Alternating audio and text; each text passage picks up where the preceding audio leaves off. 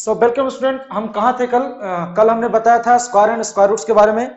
आज हम डिस्कस करेंगे उसके आगे का जो चैप्टर है क्यूब एंड क्यूब रूट्स के बारे में आज हम डिस्कस करेंगे।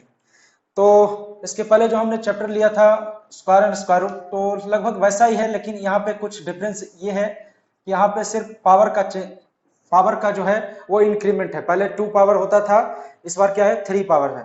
तो चैप्टर का नेम क्या है? Cubes and cube roots. ठीक है, क्या है? क्यूब्स एंड क्यूब रूट्स, इसके बारे में हम देख रहे हैं। तो क्यूब्स एंड क्यूब रूट्स क्या होता है, पहले उसके बारे में डिस्कस करेंगे। तो जब हम क्यूब्स की बात करते हैं बच्चों, तो क्यूब्स का मतलब होता है क्यूब एक यहाँ पे जब हम क्यूब्स की बात करें तो क्यूब्स क्या होता है? क्यूब एक सॉलिड फिगर होता है ना। सॉलिड फिगर आप देखे ही हैं कैसा होता है क्यूब्स। उसमें लेंथ, ब्रेड्थ और हाइट होती है ना। इस तरह से हम अगर ड्रॉ करना चाहें तो इस तरह से हमारा क्यूब दिखेगा, यहां से ऐसे और इधर से ऐसे। ठीक है, तो ये हमारा क्या दिख रहा है? इसके सारे साइड क्या हो जाते हैं? सेम होते हैं, जिसके कारण इसको क्या बोलते हैं हम?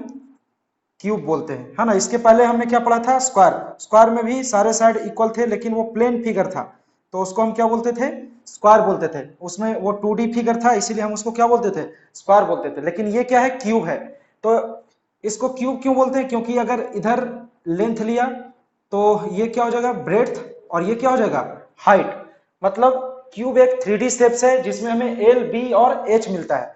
तो ये एक ऐसा शेप है जिसमें लेंथ, ब्रेड्थ और हाइट तीनों सेम होता है। मतलब L equal to B equal to H होता है, और इक्वल टू एक नंबर ले लेते हैं ए, तो सारे क्या हो जाएंगे? ए। ये भी क्या हो जाएगा? ए, और ये भी क्या हो जाएगा बच्चों? ए। ठीक है, तो आप पहले से जानते होंगे कि जब आप प्लेन फिगर्स पढ़ते हो तो उसमें आप क्या फाइंड करते थे? एरिया फाइंड करते थे। वो एरिया किस लिए फाइंड होता था? कि हम ये देखना चाहते थे कि प्लेन फिगर कितने, मतलब कितने जगह को घेर रहा है, उसको फाइंड करने के लिए हम क्या फाइंड करते थे? एरिया। लेकिन जब हम 3D शेप क्यूब की बात करते हैं तो उसमें क्या होता है? ये 3 डायमेंशनल शेप है, जिसमें कि जो स्पेस यहां बनता है, यहां पे एरिया रीजन नहीं बनता है, यहां पे क्या बन जाता है? स्पेस बन जाता है। तो रीजन और स्पेस में डिफरेंस होता है बच्चों। स्पेस में लेंथ, ब्रेड्थ और हाइट तीनों होती है, लेकिन रीजन में क्या होता है? सिर्फ लेंथ और ब्रेड्थ होता है। तो यहाँ पे हमें एरिया और वॉल्यूम में फर्क नजर आता है, या एरिया और स्पेस में फर्क नजर आता है। ठीक है, तो एरिया क्या होता है? जिसमें लेंथ और ब्रेड्थ होता है। लेकिन वॉल्यूम क्या होता है? वॉल्यूम एक स्पेस होता है एक टाइप का, जिसमें लेंथ, ब्रेथ और हाइट तीनों होता है। ठीक है, तो जब स्क्वायर हम पढ़ रहे थे तो उस समय हम सिर्फ ए इंटू ए करते थे, मतलब एरिया फाइंड करते थे स्क्वायर का, तो ए स्क्वायर होता था। लेकिन इस बार क्या है बच्चों? वॉल्यूम पढ़ रहे हैं हम इसमें, इसलिए हम इसमें L length equal to breadth equal to height होता है, इसलिए एक स्पेस क्रिएट होता है जिसको हम क्या बोलते हैं? क्यूब बोलते हैं। ठीक है, तो आपके नोट्स में लिखा हुआ है अ cube is a solid figure which has all it's sides equal. If side of cube is 1 centimetre then 27 such cubes can make a big cube of side 3 centimetre. ठीक है, तो इस तरह से उन्होंने कुछ बताया है कि अगर उसने क्या बोला है कि अगर साइड 3 सेंटीमीटर होगा तो कितने क्यूब्स बनेंगे? 1 सेंटीमीटर के, 1 सेंटीमीटर के कितने क्यूब्स बनेंगे? 27 क्यूब्स बनेंगे। ठीक है, कैसे बोल रहा है वो? क्योंकि अगर 1 हम लेते हैं यहाँ पे, अगर हमने a इक्वल टू 1 लिया, ठीक है बच्चों, a इक्वल टू 1 लिया, a इक्वल टू 1 लिया, तो वॉल्यूम कितना हो गया? वॉल्यूम इक्वल टू कितना होता है? L into B into H, seventh में पढ़ा है आपने, लेंथ, ब्रेड्थ, हाइट पढ़ा है ना। तो 1 इंटू 1 इंटू 1, ये 1 सेंटीमीटर लेके उसने फाइंड किया, 1 सेंटीमीटर। तो कितना हो गया? 1 अगर सेंटीमीटर लेते हैं तो सेंटीमीटर क्यूब। वॉल्यूम कितना आया? छोटे क्यूब का कितना आया? 1 सेंटीमीटर क्यूब। अगर यही 1 की जगह 3 मिल जाए तब क्या क्या होगा बच्चों? 3 सेंटीमीटर हो जाएगी, है ना। तब कितना बनेगा? 3 सेंटीमीटर। ये अगर 3 सेंटीमीटर हो जाए तब कितना बनेगा? वॉल्यूम कितना हो जाएगा? 3 इंटू 3 इंटू 3 कितना होता है? 27। और अगर कोई पूछा कि कितने क्यूब्स 1 सेंटीमीटर के बनेंगे, 1 सेंटीमीटर के छोटे छोटे क्यूब 3 सेंटीमीटर के क्यूब से कितने बनेंगे, तो क्या फाइंड करोगे आप? Number of cubes equal to कितना हो जाएगा? Number of cubes formed equal to कितना हो जाएगा? सबसे बड़ा कौन है इसमें? 27। तो 27 में, और छोटे क्यूब का वॉल्यूम कितना है? 1, तो 1 से डिवाइड कर देंगे तो कितना आ जाएगा बच्चों? 27 क्यूब्स फॉर्म होगा। किससे? 3 सेंटीमीटर साइड वाले क्यूब से 1 सेंटीमीटर साइड का 27 क्यूब बनेगा। ठीक है, इसका मतलब ये हुआ।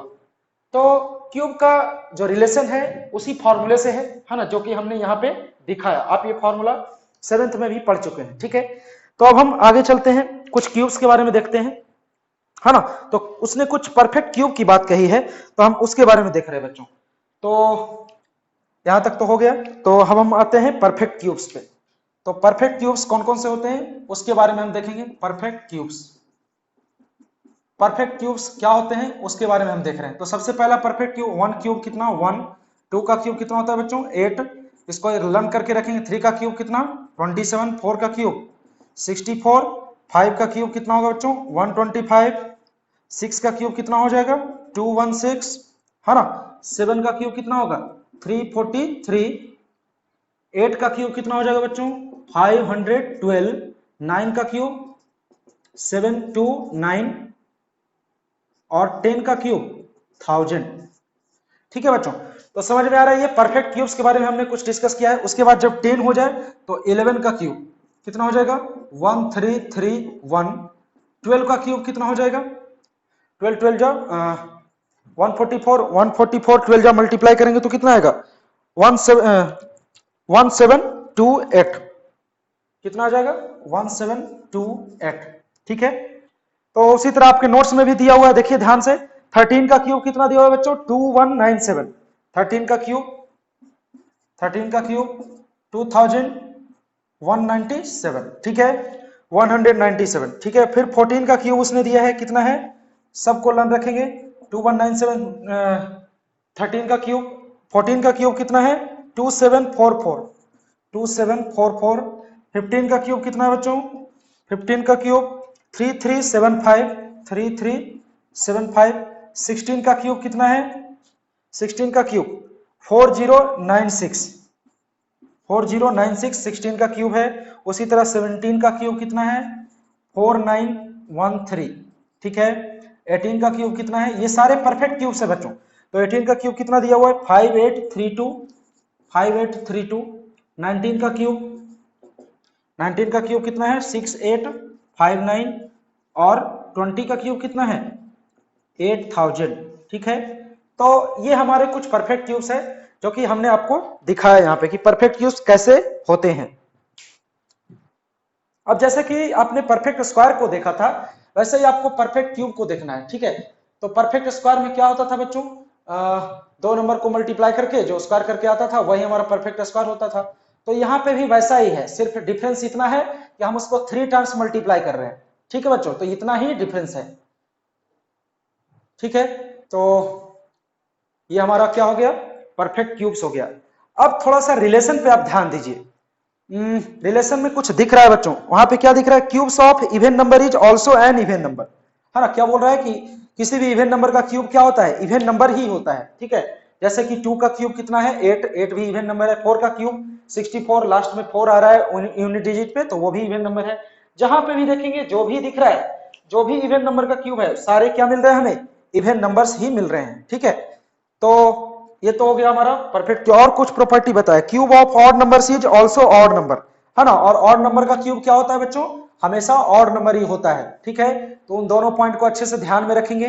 फिर तीसरा पॉइंट देखते हैं, unit place of a cube of a number whose unit digit is 2378 is 8732 respectively. ठीक है, मतलब अगर 2 है तो 8 होगा, है ना। 3 है तो क्या हो जाएगा बच्चों 7 हो जाएगा, 7 है तो क्या हो जाएगा बच्चों 3 हो जाएगा, और अगर 8 है तो क्या हो जाएगा बच्चों 2 हो जाएगा। तो ये हमारे 3 प्रॉपर्टीज को हम अच्छे से ध्यान में रखेंगे। क्या है वो प्रॉपर्टी को लिखना तो जरूरी है ही, यहाँ पे लिखेंगे हम उस प्रॉपर्टी को। तो उस प्रॉपर्टी को ही हम देख रहे हैं, कौन सी प्रॉपर्टी है। सबसे पहले उसने क्या लिखा क्यूब ऑफ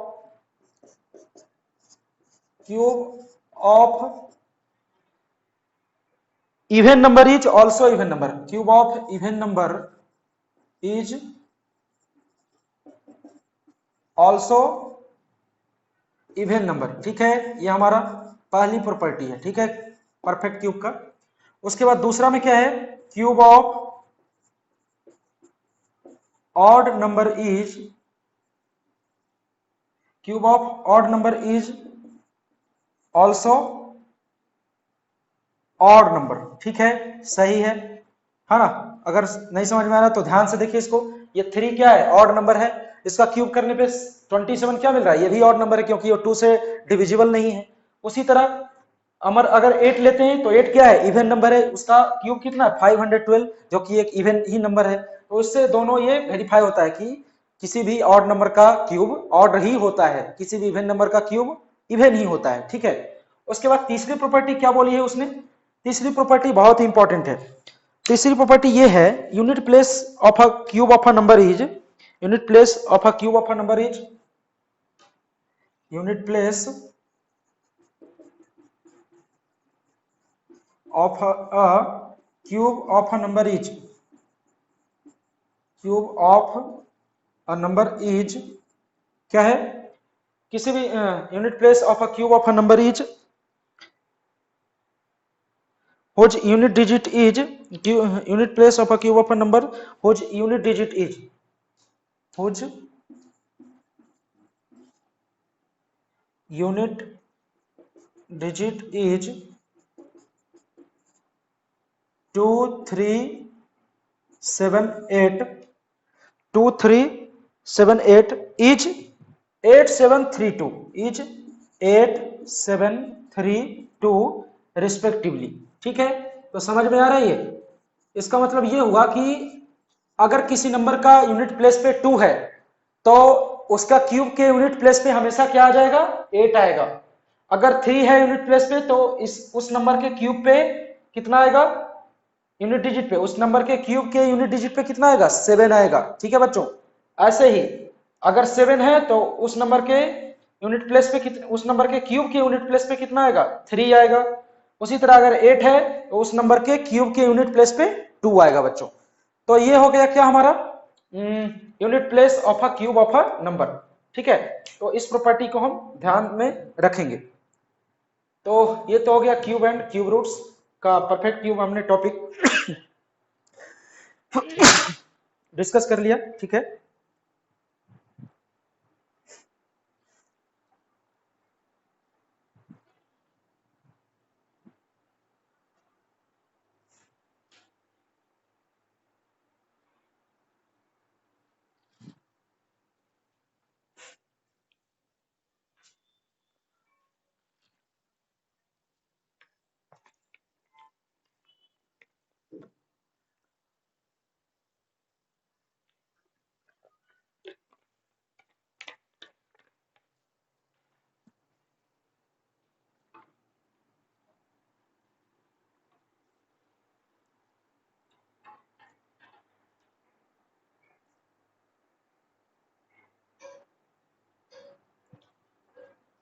ठीक है, तो यहां तक हमने देख लिया। अब हम आते हैं पैटर्न्स पे आते हैं। तो उसने पैटर्न्स की बात कही है तो हम वहीं पे आएंगे, है ना। तो इधर का मैं इरेज कर रहा हूं यहाँ पे।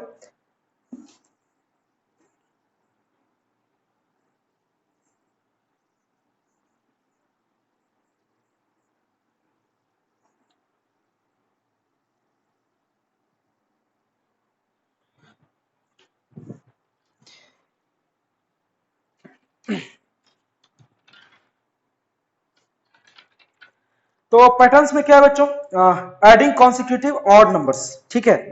तो सम इंटरेस्टिंग पैटर्न्स में हम आते हैं और देखते हैं कि पैटर्न्स क्या क्या है। तो सम इंटरेस्टिंग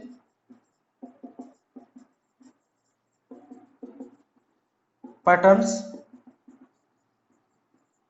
इसमें हम देखने वाले हैं कि क्या क्या है इंटरेस्टिंग पैटर्न्स में, क्या क्या है।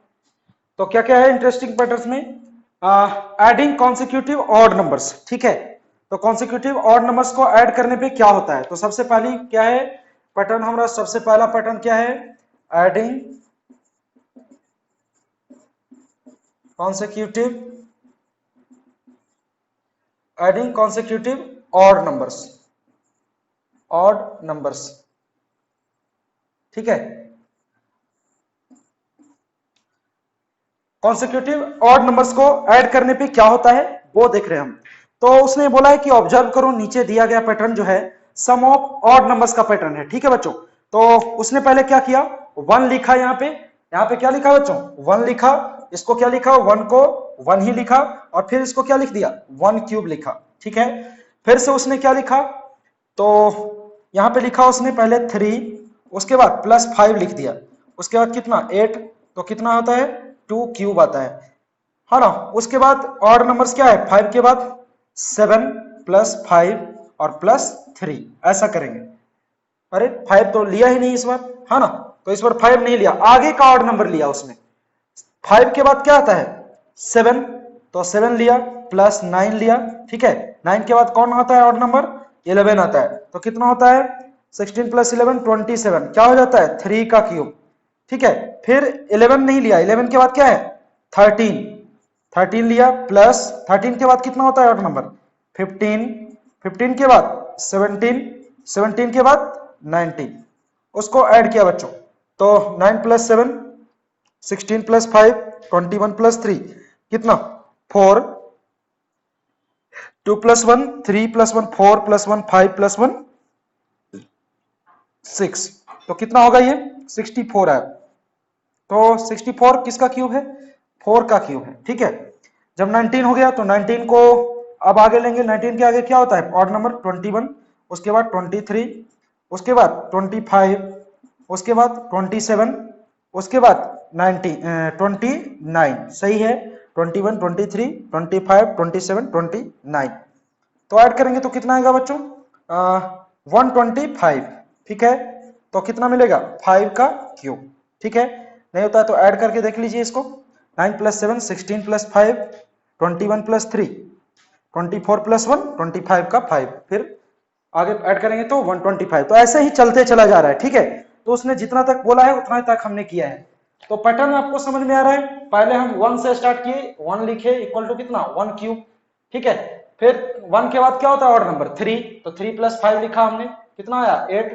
और यहाँ पे ये भी देखिए कि अगर यहाँ 2 है तो यहाँ टर्म्स कितने हैं 2 भी है, यहाँ 3 है तो यहाँ टर्म्स कितने हैं 3 हैं, यहाँ 4 का क्यूब है तो यहाँ टर्म्स कितने हैं 4, इधर 5 का क्यूब है तो इधर टर्म्स कितने दिख रहे हैं बच्चों 5 दिख रहे हैं। तो ये हमारा पहला पैटर्न है जो कि आपको समझना जरूरी है। उसने पैटर्न पे एक एग्जाम्पल भी दिया है, वो एग्जाम्पल क्या है बच्चों, how many consecutive odd numbers will be needed to obtain the sum of 10 cube. ठीक है, उसने ये बात कर डाली कि कितने कॉन्सेक्यूटिव ऑड नंबर्स जरूरत होंगे उसमें। ठीक है, ताकि हमें कितना का क्यूब मिले 10 का क्यूब मिले। ठीक है, तो ध्यान से देखिए, अगर हम 5 का लेते हैं तो कितना आता है, 5 का क्यूब लिए तो कितना है बच्चों, अगर हमने 1 का लिया तो 1 ही नीडेड हुआ, 2 का लिया तो 2 नीडेड हुआ, 3 का क्यूब लिया तो 3 नीडेड हुआ, 4 का क्यूब लिया तो 4 नीडेड हुआ। तो जब 10 का क्यूब नीडेड होगा तो कितने ऑड नंबर्स दिखेंगे 10 दिखेंगे, है ना, ऑब्वियसली 10 दिखेंगे। वो 10 कौन कौन से होंगे, है ना, वो 10 कौन कौन से होंगे वो भी दिखाया गया है, कौन कौन से होंगे 91 93, है ना, वो भी दिखाया गया है।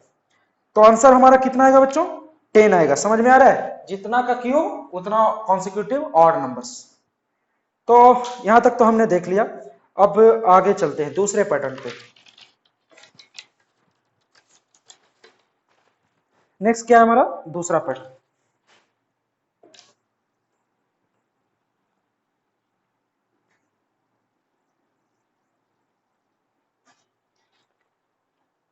नेक्स्ट क्या है prime factors of perfect cube. Prime factors of दूसरा पैटर्न क्या है, दूसरे टाइप का pattern, prime factors of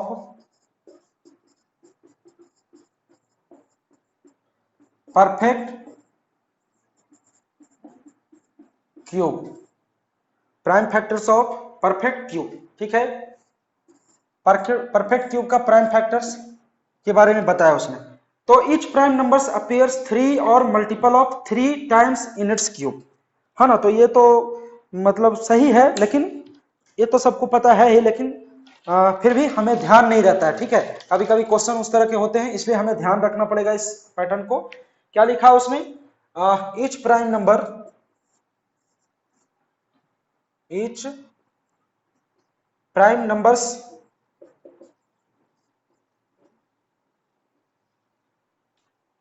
appears 3 और appears 3 और multiple of 3 multiple of 3 times in its cube, 3 times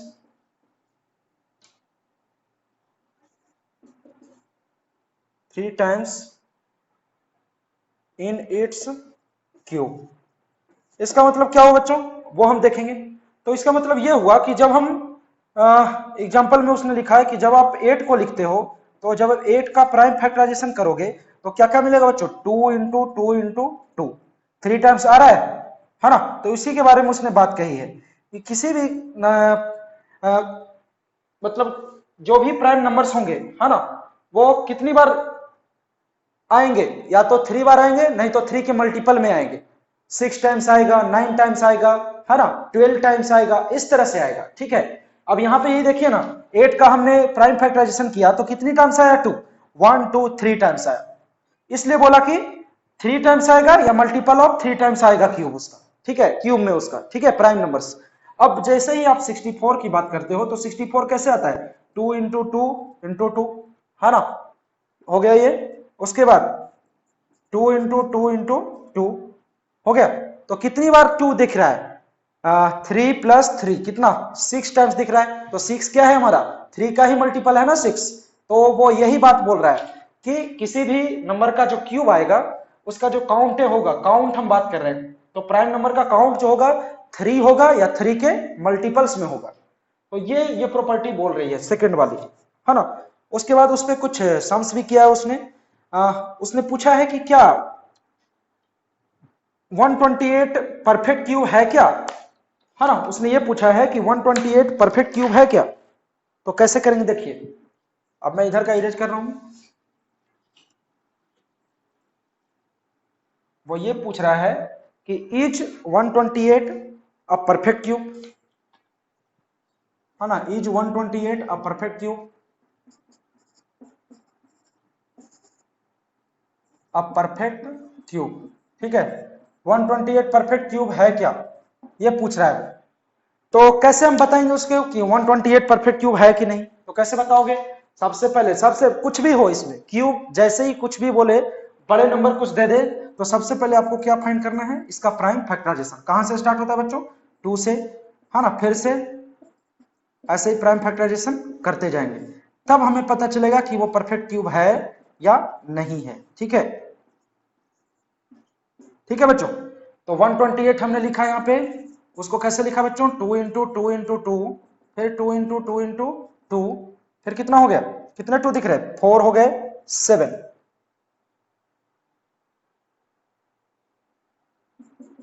है ना, कितने, 1 2 3 4 5 6 7 हो गया, 7, है ना। अब ध्यान से देखिए, परफेक्ट क्यूब कैसे पता लगाते हैं, हम 3 3 का ग्रुप बनाएंगे, 3 3 का ग्रुप।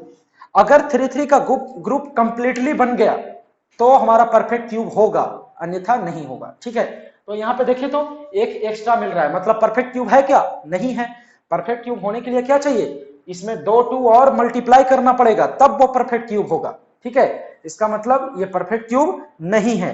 तो क्या लिखेंगे इसको, it is not a perfect cube, है ना। क्या लिखेंगे, it's not a perfect cube. तो समझ में आ रहा होगा क्यों परफेक्ट क्यूब नहीं है ना। तो ये हमारा वो जो पूछ रहा था कि 128 परफेक्ट क्यूब है कि नहीं, तो क्या बोले उसको, नहीं है परफेक्ट क्यूब। ठीक है बच्चों, तो आपने यहां तक देख लिया कि 128 परफेक्ट क्यूब है या नहीं, आपने यहां तक भी देख लिया। अब हम आगे आते हैं। ठीक है, नेक्स्ट है हमारा find the cubes of the following numbers, है ना। अब हमारा जो नेक्स्ट पॉइंट है वो cubes of a following number. ठीक है, कॉपी करना चाहे तो कर सकते हैं, नहीं तो नोट्स में तो है ही, है ना।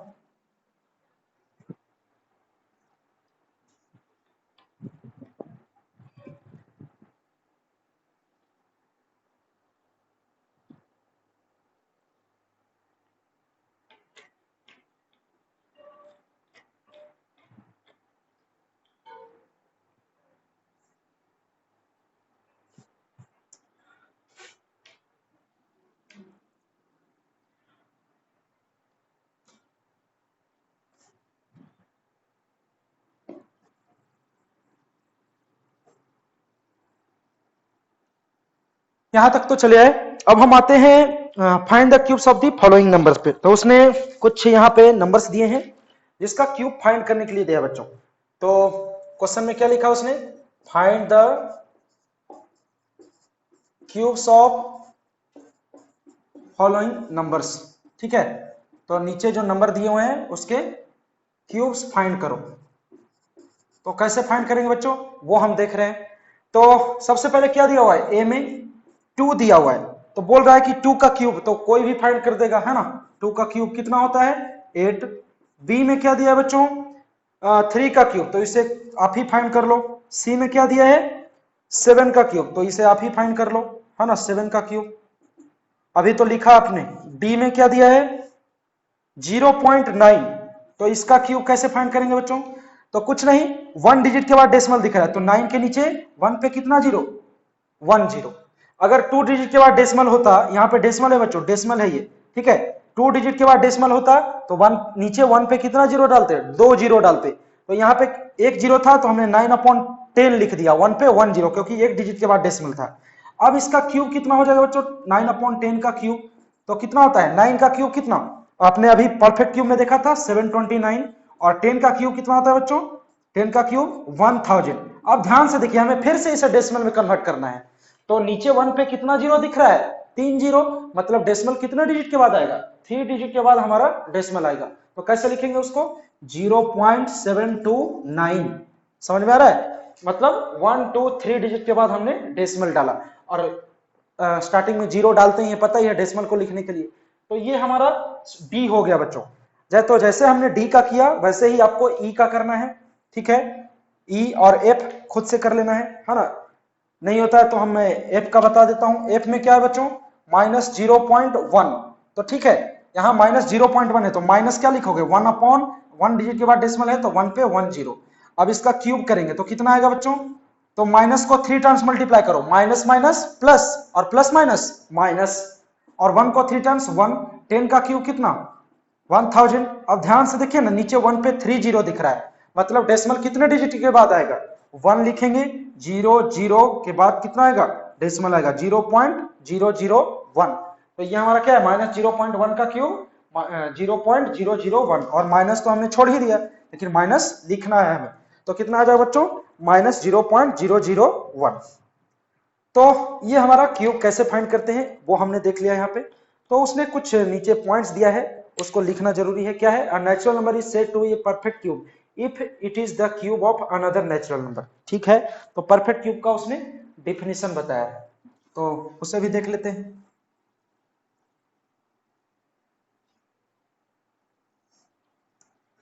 तो हम ये देख रहे हैं कि परफेक्ट क्यूब होता क्या है। ठीक है, तो परफेक्ट क्यूब के बारे में हम देख लेते हैं। Perfect cube,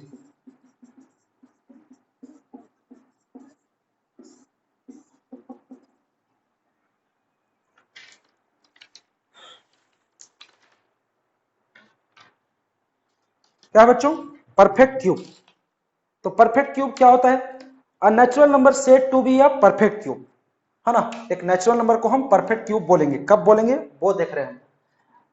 a natural number, a natural number is said to be a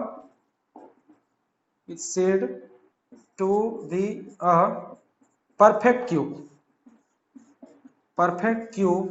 if a natural number is said to be a perfect cube if it is the cube of another natural number, if it is the cube of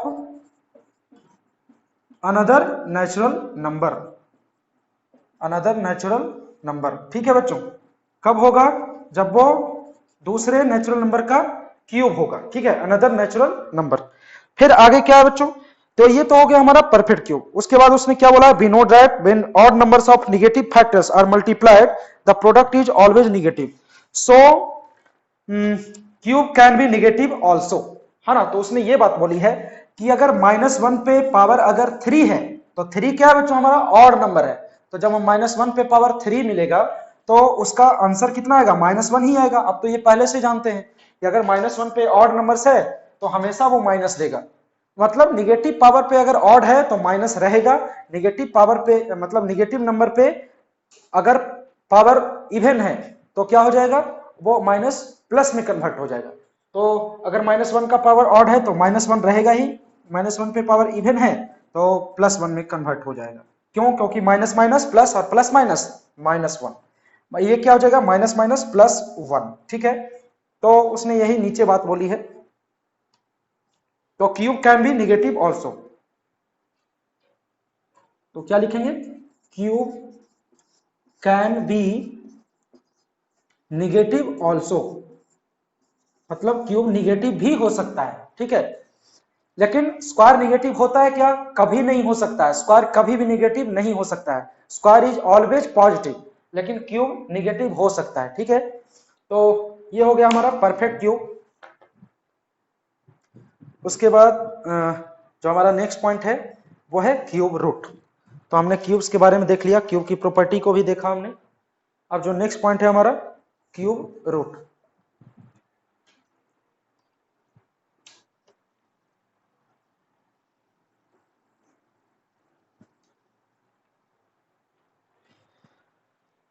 तो next point क्या है हमारा, cube root.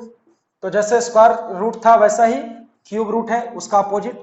तो cube root मिलता कैसे है, आपने power and exponent में भी पढ़ा है ना, जब ये यहाँ पे एक्स क्यूब इक्वल टू ए है, ठीक है, एक्स क्यूब इक्वल टू ए, हमने क्या बोला था कि जब ये इधर जाता है तो ये पावर जो है कौन से पावर में कन्वर्ट हो जाता है, फ्रैक्शनल पावर में कन्वर्ट हो जाता है। मतलब x इक्वल टू ए पे पावर कितना हो जाता है, 1/3। और यही 1/3 को हम अगर साइन में लिखना चाहें तो कैसा लिखते हैं, इस तरह से a, और यहाँ कुछ नहीं तो कितना रहता है, 3 रहता है। ठीक है, तो वहां पे तो स्क्वायर रूट था तो 2 था, वो नहीं लिखते थे तो चलता था, लेकिन यहाँ पे 3 लिखना ही होगा, यहाँ नहीं लिखोगे तो वो स्क्वायर में कन्वर्ट हो जाएगा। ठीक है, समझ में आ रहा है, तो यहाँ पे 3 लिखना ही है क्यूब रूट में। तो x इक्वल टू क्या हो जाएगा, क्यूब रूट ऑफ a। ये 3 क्या डिनोट करता है कि अंदर अगर 3 नंबर्स होंगे तो इस साइन से बाहर आएगा वो नंबर, तो कितने में कन्वर्ट हो जाएगा बच्चों, 1 में कन्वर्ट हो जाएगा। जैसे स्क्वायर रूट में होता था वैसे ही क्यूब रूट में हो रहा है। स्क्वायर रूट में 2 नंबर अंदर से बाहर आते थे तो 1 में कन्वर्ट होता था, लेकिन इसमें क्या हो जाएगा, अगर अंदर से 3 नंबर बाहर आएगा तो वो 1 में कन्वर्ट होगा। ठीक है, तो ये हो गया हमारा क्यूब रूट ऑफ ए। तो क्या होता है, उसने वैसे ही एक एग्जांपल दिया है, स्क्वायर का रूट का बताया है। उसके बाद क्या बताया कि इफ 2q इक्वल टू 8, उसने फिर से वही बात बोली है जो हमने यहाँ पे x और a के फॉर्म में लिखा है, इफ 2q इक्वल टू 8। ठीक है, तो जब ये 3 इधर आएगा तो 2 इक्वल टू अब क्या लिखोगे, यहाँ पे कुछ नहीं तो कितना, क्यूब रूट का साइन देंगे, और 8 को कैसे लिखोगे आप, क्यूब रूट ऑफ 8। अब देखो ना ये इक्वल हो जाएगा, कैसे इक्वल होता है वो देखते हैं हम। 8 को कैसे लिख सकते हैं आप, 2 इंटू 2 इंटू 2, यहाँ पे 3 2 बाहर आएगा तो कितने 2 में कन्वर्ट हो जाएगा, 1 2 में। तो LHS RHS इक्वल दिख रहा है, तो इस तरह से क्यूब रूट हम फाइंड करते हैं। ठीक है, ये 3 का मतलब अंदर जो 3 है वो बाहर आएगा तो 1 में कन्वर्ट हो जाएगा। ठीक है, तो फिर उसने कुछ साइन की बात कही है ना, note that root is the implied square root for our convenience, but we omit 2 from square root 2, but for a cube root we should use the cube root symbol, and it cannot be omitted also, we can use 1/3 for cube root। ठीक है, तो इसको हम cube root को कैसे लिख सकते हैं, ऐसे भी लिख सकते हैं, ये भी हमारा क्यूब रूट का ही साइन है, सिर्फ डिफरेंस ये है कि ये साइन हमने यहाँ नहीं यूज किया, 3 यहाँ लिखा है ना, यहाँ पे क्या लिख दिया, 1/3 लिखा। तो मैं उतना लिखना नहीं चाहूंगा, आपको ये प्रोसेस ही ध्यान में रहना चाहिए, क्योंकि ऐसा प्रोसेस हमने पावर एंड एक्सपोनेंट में भी डिस्कस किया है ना, तो ये ध्यान में ही रहना चाहिए, उतना पढ़ने की जरूरत नहीं है उसे। ठीक है, अब हम आते हैं नेक्स्ट, क्या है हमारा method of finding the cube root of any number. तो किसी भी नंबर का क्यूब रूट हम कैसे फाइंड करते हैं, वो मेथड्स दिया हुआ है। तो सबसे पहला मेथड क्या हमारा, to finding the cube root of any number by prime factorisation method. ठीक है, तो जनरली यही एक मेथड है जिससे हम किसी भी नंबर का क्यूब रूट फाइंड करते हैं। तो इसमें क्या दिया हुआ है, सबसे पहले एक एग्जांपल लिया है 1728 का, है ना, और उसका क्यूब रूट फाइंड किया है। तो जैसे स्क्वायर रूट फाइंड कर रहे थे बच्चों, वैसे ही आपको क्यूब रूट भी फाइंड करना है। ठीक है, तो आप पहले क्वेश्चन को खुद से करके देखिएगा, है ना, और इससे रिलेटेड जो प्रॉब्लम्स होंगे हम वो अगले लेक्चर में करवाएंगे। ठीक है।